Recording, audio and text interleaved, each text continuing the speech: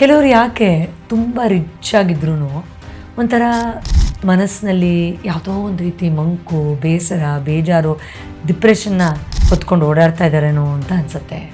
ಕೆಲವರು ತುಂಬ ಫೇಮಸ್ ಇರ್ತಾರೆ, ಪಾಪ್ಯುಲರ್ ಇರ್ತಾರೆ, ಸಿಕ್ಕಾಪಟ್ಟೆ ಒಂದು ರೀತಿ 2 ಜನ್ರೇಷನ್ ತಿನ್ಬೋದಾಗಿರೋಷ್ಟು ಆಸ್ತಿ ಮಾಡಿರ್ತಾರೆ.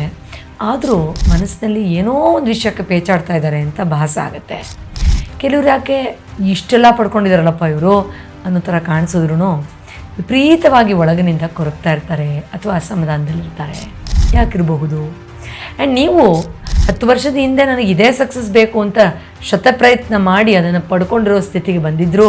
ಈಗ ಯಾಕೆ ನೀವು ಆ ಸಂತೃಪ್ತಕರ ಸ್ಥಿತಿಯಲ್ಲಿ ಇಲ್ಲ? ಇದೇ ಖುಷಿಗೋಸ್ಕರ ನೀವು ಅಷ್ಟೊಂದು ಕಷ್ಟಪಟ್ಟಿದ್ರು, ಒಳಗಿನಿಂದ ಆ ಖಾಲಿತನ ಯಾಕೆ ಕಾಡ್ತಾ ಇದೆ? ಎಸ್, ಇದನ್ನು ತಿಳ್ಕೊಳ್ಳೋದ್ರ ಮೂಲಕ ನಿಮ್ಮ ಅಭಿವೃದ್ಧಿ, ಆರೋಗ್ಯ ಎರಡಕ್ಕೂ ಸಂಬಂಧಪಟ್ಟ ಒಂದು ದೊಡ್ಡ ರಹಸ್ಯ ಇದೆ. ಅದನ್ನು ಹೇಳ್ತೀನಿ ಇವತ್ತಿನ ವಿಶೇಷವಾದ ಸಂಚಿಕೆಯಲ್ಲಿ.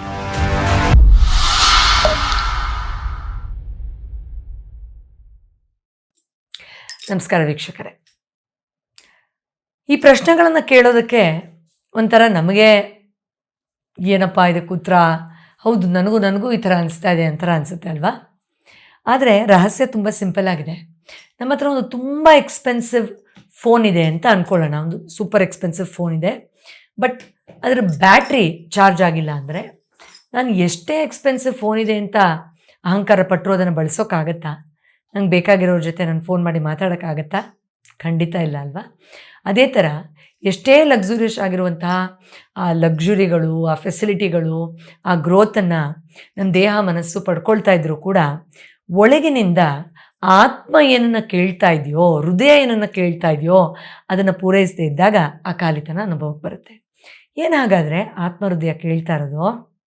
ಎಸ್, ಆತ್ಮ ಮತ್ತು ಹೃದಯ ಕೇಳ್ತಾ ಇರೋದು ಆ ಭಗವಂತನ ಸಂಕಲ್ಪ, ಆ ಒಂದು ಆಧ್ಯಾತ್ಮಿಕ ಅನುಭವ, ಆ ಬೆಸುಗೆ, ಆ ಸಂಪರ್ಕದಿಂದ ತಾನು ಆಂತರಿಕವಾಗಿ ಪಡ್ಕೊಳ್ಬೋದಾಗಿರುವಂಥ ಜ್ಞಾನ, ಅನಾವರಣ, ಅರಿವು. ಈ ಒಂದು ಸೊಗಸಾದ ಅನುಭವದಲ್ಲಿ ಹೃದಯ ಅಥವಾ ನಿಮ್ಮ ಆತ್ಮ ಇನ್ನೂ ಬೇಕು ಅಂತ ನಿಮ್ಮ ಆ ಜಾಗೃತ ಮನಸ್ಸಿನ ರೀತಿ, ಆ ಆಸೆಯ ಭಾಗದ ಒಂದು ವ್ಯಕ್ತಿತ್ವದ ರೀತಿ ಕೇಳೋದಿಲ್ಲ. ಅದು ಇನ್ನೂ ಹೆಚ್ಚು ಆಳವಾಗಿ ಅರ್ಥ ಮಾಡ್ಕೊಳ್ಬೇಕು, ಮೋರ್ ಮೀನಿಂಗ್ ಅನ್ನೋದನ್ನು ಕೇಳ್ತಾ ಇರುತ್ತೆ. ಆ್ಯಂಡ್ ಇನ್ನೂ ಆಳವಾಗಿ ಅರ್ಥ ಮಾಡ್ಕೊಳ್ಬೇಕು ಅನ್ನೋದನ್ನು ತಿಳ್ಕೊಳ್ಳೋದಕ್ಕೆ ತಾತ್ಕಾಲಿಕ ಸುಖಗಳು ಹಲವಾರು ನಮ್ಮ ಜೀವನದಲ್ಲಿ ಬಂದು ಹೋಗುತ್ತೆ. ಅದು ಒಂದು ಎಂಗೇಜ್ಮೆಂಟು, ಒಂದು ಲವ್, ಒಂದು ಮಗು ಹುಟ್ಟೋದು, ಒಂದೇನೋ ಟ್ರೋಫಿ, ಒಂದು ಅಚೀವ್ಮೆಂಟು, ಒಂದು ಸಂಪಾದನೆ, ಒಂದು ಅಸೆಟ್ಟು, ಒಂದು lottery, what ever it is. But ಆ ತಾತ್ಕಾಲಿಕ ಖುಷಿಯನ್ನೇ ನಿಜವಾದ ಖುಷಿ ಅಂತ ಅಂದ್ಕೊಂಡಾಗ ಆತ್ಮ ಜೈಲಲ್ಲಿದ್ದಂಗೆ ಇರುತ್ತೆ. ಸೊ ಈ ತಾತ್ಕಾಲಿಕ ಖುಷಿಗಳು ಬಂದಾಗೆಲ್ಲ ಇದೇ ಎಷ್ಟು ಚೆನ್ನಾಗಿದೆ ಅಂದಮೇಲೆ ಒಳಗಡೆ ಹೋಗಿ ಅದರ ಬೇಡಿಕೆಯನ್ನು ನಾನು ಪೂರೈಸಿದ್ರೆ ಅದಿನ್ನೆಷ್ಟು ಸುಂದರವಾಗಿರಬಹುದು ಅನ್ನೋವಂಥದ್ದು ಒಂದು ಅರ್ಥವನ್ನು ನೀವೇ ಕಂಡುಕೊಳ್ಳುವಂಥ ಪ್ರಯತ್ನವನ್ನು ಮಾಡಬೇಕು. ಆ್ಯಂಡ್ ಇದು ಇನ್ನೂ ಆಳ ಆಗೋಕ್ಕೆ ನೀವು ನಿಮ್ಮ ಜೀವನದ ರಿಯಲ್ ಪರ್ಪಸ್ನ ಕಂಡುಕೊಳ್ಳೋದ್ರ ಕಡೆ ಪ್ರಯತ್ನ ಮಾಡಬೇಕು. ಎಸ್, ಸೊ ಮೊದಲು ಆಳವಾದ ಅರ್ಥ, ಗಾಢವಾದ ಸಂಪೂರ್ಣ ಶರಣಾಗತಿಯ ಸಂಪರ್ಕ ಮತ್ತು ಆತ್ಮ ಬೇಡಿಕೆ ಏನಿದೆ ಅದರ ನಿಜವಾದ ಆನಂದದ ಅನಾವರಣ ಮತ್ತು ಅದೆಲ್ಲವನ್ನು ಒಟ್ಟಿಗೆ ತಿಳಿಸ್ಕೊಡುವಂಥ ಆ ಒಂದು ರಿಯಲ್ ಕೋರ್ ಸೋಲ್ ಪರ್ಪಸ್, ಇದೆಲ್ಲವನ್ನು ನಾವು ಆಳವಾಗಿ ಅರ್ಥ ಮಾಡ್ಕೊಳ್ಬೇಕು. Extremely crucial. ಇನ್ಫ್ಯಾಕ್ಟ್ ನಾವು ಆತ್ಮಕ್ಕೆ ಏನನ್ನು ಉಣಬಡಿಸ್ತಾ ಇದ್ದೀವಿ ಅನ್ನೋ ಪ್ರಶ್ನೆಯನ್ನು ನಾವು ಪ್ರಾಬ್ಲಿ ಅಟ್ಲೀಸ್ಟ್ ದಿನ ಅಲ್ಲ ಅಂದರೂ ವಾರಕ್ಕೊಂದ್ಸತಿ ಕೇಳ್ಕೊಳ್ಬೇಕು. ದೇಹಕ್ಕೆ ಸಂಬಂಧಪಟ್ಟ ಹಾಗೆ ಹಲವಾರು ಕ್ರಿಯೆಗಳನ್ನು ಮಾಡ್ತೀವಿ, ಆಸೆಗೆ ಸಂಬಂಧಪಟ್ಟ ಹಾಗೆ ಮಾಡ್ತೀವಿ. ಬಟ್ ನನ್ನ ಆತ್ಮಸಂತೃಪ್ತಿಗೆ ನಾನು ಏನು ಮಾಡ್ತಾಯಿದ್ದೀನಿ ಅಂತ ಪ್ರಶ್ನೆ ಕೇಳಿಕೊಂಡು ಅದಕ್ಕೆ ಅಟ್ಲೀಸ್ಟ್ ಒಂದು ಆ್ಯಕ್ಟಿವಿಟಿ ಮಾಡಿದ್ರೂ ಸಾಕು. ಇವತ್ತು ವಿಡಿಯೋನ ನಾನು ಹಾಗೆ ಅರ್ಧಕ್ಕೆ ಬಿಟ್ಟೆ ಅನ್ನೋ ಥರ ಇಲ್ಲೇ ಸ್ಟಾಪ್ ಮಾಡ್ತೀನಿ. ಯಾಕೆ ಅಂದರೆ ನೀವೇ ವಿಮರ್ಶೆ ಮಾಡಿ ನೀವು ಆತ್ಮಸಂತೃಪ್ತಿಗೆ ಏನು ಮಾಡ್ಕೊಳ್ತೀರಾ ಅಂತ ಕಮೆಂಟ್ ಬಾಕ್ಸಲ್ಲಿ ತಿಳಿಸಿ. ಮತ್ತು ಅದು ಯಾವುದೇ ರೀತಿ ವ್ಯಾಮೋಹಕ್ಕೆ ಸಂಬಂಧಪಟ್ಟಿರಬಾರ್ದು, ಅಹಮ್ಗೆ ಪುಷ್ಟಿ ಕೊಡುವಂಥದ್ದಾಗಿರಬಾರ್ದು, ನಾನು ಅದನ್ನು ಮಾಡ್ತಾಯಿದ್ದೀನಿ ಗೊತ್ತಾ ಅಂತ ತೋರಿಕೆಗಾಗಿರಬಾರ್ದು. It is purely for you and the soul which wants to derive deeper meaning. ಆ ರೀತಿ ಇರಬೇಕು. ನಮ್ಮ ಸತ್ಸಂಗದಲ್ಲಿರೋರು ನೀವೆಲ್ಲ ತುಂಬ ಜಾಣರು, ಖಂಡಿತ ಒಳ್ಳೊಳ್ಳೆ ಉತ್ತರವನ್ನು ನಾನು ಅಪೇಕ್ಷೆ ಮಾಡ್ತೀನಿ. ಎಸ್, ಇದೇ ಬರುವ ವಾರದಲ್ಲಿ ವೀಕೆಂಡಲ್ಲಿ 27-28 ಇಂಟೆನ್ಸ್ ಹೀಲಿಂಗ್ ಪ್ರೋಗ್ರಾಮ್ ನಡೆಯುತ್ತೆ. 8 ವಿವಿಧ ಲೈವ್ ಹೀಲಿಂಗ್ ಸೆಷನ್ನ ಡೈರೆಕ್ಟಾಗಿ ನಾನೇ ಝೂಮಲ್ಲಿ ಲೈವಾಗಿ ಮಾಡ್ತಾಯಿದ್ದೀನಿ. ಎಷ್ಟೋ ಜನ ಇದ್ದೀರಾ, ಸೆಷನ್ಸ್ ತೊಗೊಳಕ್ಕೆ ಬೆಂಗಳೂರು ಬರೋಕ್ಕಾಗಲ್ಲ, ನಿಮ್ಮ ಹತ್ರನೇ ಹೀಲಿಂಗ್ ತೊಗೊಳ್ಬೇಕು, ಆದರೆ ನನಗೆ ಸಾಧ್ಯ ಆಗ್ತಾ ಇರಲ್ಲ because of my tight schedule. But ಈ ಥರ ನಾವು ಮಾಡಿದಾಗ ಅಮೋಘವಾದ ರಿಸಲ್ಟ್ಸು ಬರುತ್ತೆ. ಅದರ ಟೆಸ್ಟಿಮೋನಿಗಳನ್ನು ನಾವು ಹಾಕ್ತಾನೆ ಇರ್ತೀವಿ, ನೀವು ನೋಡಿರಬಹುದು.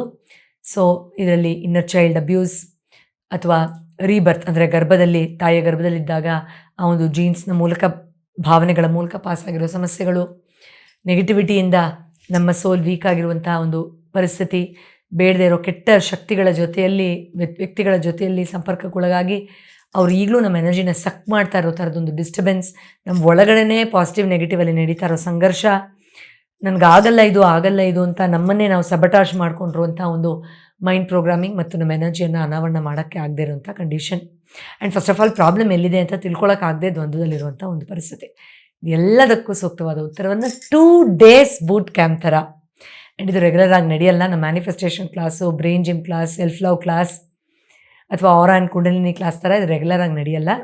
ಯಾಕಂದರೆ 2 full days ನೀವು ಸುಸ್ತಾಗ್ಬಿಡ್ತೀರಾ, ನಾನು ಸುಸ್ತಾಗ್ಬಿಡ್ತೀನಿ ಒಂದು ರೀತಿಯಲ್ಲಿ. ಸೊ ಇದು ಒಂದು 8-9 ತಿಂಗಳಿಗೆ ಒಂದ್ಸತಿ ನಡೆಯುವಂಥದ್ದು. ಆದ್ದರಿಂದ ದಯವಿಟ್ಟು ಇದನ್ನು ಉಪಯೋಗ ಮಾಡ್ಕೊಳ್ಳಿ. ಅದರ ಡೀಟೇಲ್ಸ್ ಕಮೆಂಟ್ ಬಾಕ್ಸಲ್ಲಿ ಮತ್ತು ಡಿಸ್ಕ್ರಿಪ್ಷನ್ ಇದೆ. ಏನು ಈಗ ಅದನ್ನು ಈ ಸೆಷನ್ಸ್ ಎಲ್ಲ ಅಂದರೆ ಏನು ಅಂತ ಅರ್ಥ ಮಾಡ್ಕೊಳ್ಳೋದಕ್ಕೂ ಒಂದು ಸಣ್ಣ ವೆಬಿನಾರ್ ಇದೆ, ಅದ್ರ ಲಿಂಕ್ ಕೂಡ ನಾನು ಕಮೆಂಟ್ ಬಾಕ್ಸಲ್ಲಿ ಡಿಸ್ಕ್ರಿಪ್ಷನ್ ಹಾಕೋಕ್ಕೆ ಹೇಳ್ತೀನಿ. ಅರ್ಥ ಮಾಡಿಕೊಂಡು ನೀವು intense healing 2 days boot camp ಬರೋಕ್ಕಾಗಲಿಲ್ಲ ಅಂದರೂ ಅಟ್ಲೀಸ್ಟು ಈ ಆ್ಯಂಗಲಲ್ಲಿ ನಾನು ಹೀಲ್ ಆಗಬೇಕು ಅನ್ನೋ ಮಟ್ಟಿಗಾದರೂ ನಿಮಗೆ ಆ ಒಂದು ಅವೇರ್ನೆಸ್ಸು, ಜ್ಞಾನ, ಮೆಚ್ಯೂರಿಟಿ ಬರುತ್ತೆ. ನಮ್ಮ ಸಲಹೆ ಸೂಚನೆಗಳನ್ನು ಪ್ರತಿನಿತ್ಯ ಎನ್ಕರೇಜ್ಮೆಂಟ್ ಆಗಿ ತೊಗೊಳಕ್ಕೆ ನಮ್ಮ ವಾಟ್ಸಪ್ ಚಾನೆಲ್ನ ತುಂಬ ಜನ ಕಮ್ಯುನಿಟಿ ಲಿಂಕ್ಗೆ ಹೋಗಿ ಕ್ಲಿಕ್ ಮಾಡ್ತಿದ್ದೀರಾ. ಚಾನೆಲ್ ಲಿಂಕ್ ಇವಾಗ ಕೊಟ್ಟಿದ್ದೀವಿ, ಅಲ್ಲಿ ಹೋಗಿ ಫಾಲೋ ಮಾಡಿದ್ರೆ ನಿಮಗೆ ಪ್ರತಿನಿತ್ಯ ನನ್ನ ಜೊತೆಯಲ್ಲಿ ಒಂದು ಕ್ಲೋಸ್ ಇಂಟ್ರಾಕ್ಷನ್, ಮೋಟಿವೇಶನ್ ಸದಾಕಾಲ ಇರುತ್ತೆ. ಮುಂದಿನ ಬಾರಿ ಇನ್ನೊಂದು ವಿಶೇಷವಾದ ಔಷಧ ರಹಿತ ಚಿಕಿತ್ಸೆ ಸಲಹೆ ಜೊತೆ ಮತ್ತೆ ಭೇಟಿಯಾಗ್ತೀನಿ. ಎಲ್ರಿಗೂ ಒಳ್ಳೆಯದಾಗಲಿ. Thank you so much. ನಮಸ್ಕಾರ.